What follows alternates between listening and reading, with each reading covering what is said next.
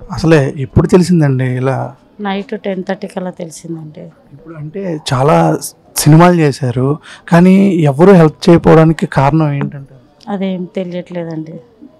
ఎందుకంటే ఇంతకుముందుకు 2, 3 సార్లు అయినప్పుడు అందరూ బాగానే హెల్ప్ చేశారు. ఇప్పుడు కూడా కొంతమంది ఇచ్చేవాళ్ళు ఇచ్చారు. పెద్ద పెద్ద వాళ్ళైతే రాలేదు. అంటే చాలా పెద్ద ఎన్టీఆర్ గారు, అలాగే వివి వినాయక్ గారు డైరెక్షన్ చాలా సినిమాలు చేశారు. వాళ్ళు ఎందుకు హెల్ప్ చేయట్లేదు? అంటే లేదంటే ఇప్పుడు ప్రభాస్ గారు చేస్తా అని చెప్పి 50 లక్షలు అని చెప్పి రాంగ్ ఫ్రాంక్ కాల్ ఒకటి వచ్చింది. దానివల్ల వెనక్కి వెళ్ళిపోయారంట. అంటే కావచ్చు. వాళ్ళ ప్రభాస్ వాళ్ళ పిఏ ఫోన్ చేసి చెప్పడం జరిగిందనమాట. మీరు కిడ్నీ సంపాదించుకోండి, మేము పెట్టుకుంటామని. మళ్ళీ ఫోన్ చేస్తే ఎవరు లిఫ్ట్ చేయలేదు. ఇంకా ఫేక్ కాల్ అనేసి అర్థమైంది. కొంతమంది ఇచ్చేవాళ్ళు ఇచ్చారు, చిన్న చిన్న వాళ్ళు. ట్రీట్మెంట్ 2, 3 సార్లు అవుతూనే ఉంది కదా. ఇంకా అన్నయ్య ఆరోగ్యానికే ఖర్చు అవుతా పోయింది. ఆయన ఆరోగ్యం ఉప్పల్లో ఉన్నప్పుడు కొంచెం పర్వాలేదు అనిపించింది. బాగా అయిపోతాడు అని మాట్లాడడం కూడా జరిగింది. తినాలని కూడా అనుకుండు. ఏం తింటావు అని అంటే ఉప్మా అనేసి అన్నాడు. కానీ ముక్కులో నుంచి పైప్ వేసి జ్యూసెస్ మాత్రమే ఇవ్వడం జరిగింది. మేము పెట్టలేని పరిస్థితి ఉండే ఇంకప్పుడు.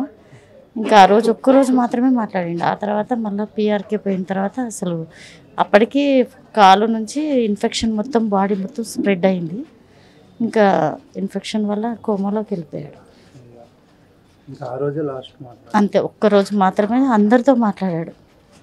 వచ్చిన వాళ్ళతో, ఫ్యామిలీతో, అందరితో తింటానని కూడా అడిగాడు. ఆ ఒక్కరోజు మాత్రం. చాలా హెల్ప్ చేసేవాళ్ళు అంటే కదా. అవును, అందరికీ అండగా నిలబడేవాడు మా అన్నయ్య. మేము కూడా అందరం హెల్ప్ చేసాము. కానీ లక్షలు కదా, ఇంకంతా మిడిల్ క్లాస్ కాబట్టి ఇంకా ఎవరికి ఎంత తోచితే అంత ఇచ్చారు అందరూ. అంటే ఎమ్మెల్యేలు అలా పొలిటికల్ సపోర్ట్ వచ్చారు. ఒకరిద్దరు మైనం హనుమంతరెడ్డి వాళ్ళు వచ్చారు. 1,00,000, 2 లక్షలు ఇచ్చారు. ఇప్పుడు అంటే కాళ్ళు మోకాళ్ళు కూడా నొప్పి అంట. అవును.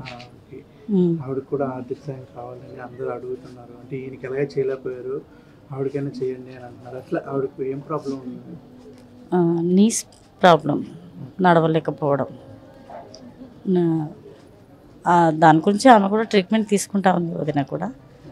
అన్నయ్య మాత్రం మాకు అందరికీ అండగా ఉండేవాడు. మాకు ఒక ధైర్యం ఉండే, అంటే మేమే కాదు, ఫ్యామిలీ మెంబర్స్ కాకుండా ఫిలిం ఇండస్ట్రీ కూడా మంచి ఆర్టిస్ట్ని కోల్పోయినట్టే లెక్క.